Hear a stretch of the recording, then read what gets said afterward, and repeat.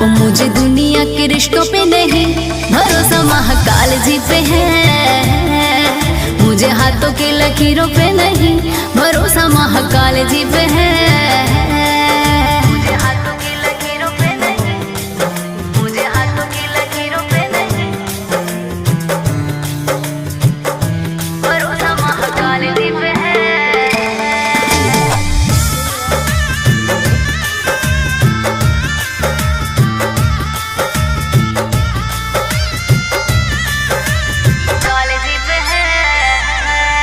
हाँ बिगड़ी बनाए सवाल सुलझाए, मुझे भी वही सही रास्ता दिखाए। केटी करेगी नित बाबा का चर्चा, बट रहा देखो महाकाल नाम परचा, बट रहा देखो महाकाल नाम परचा। हाँ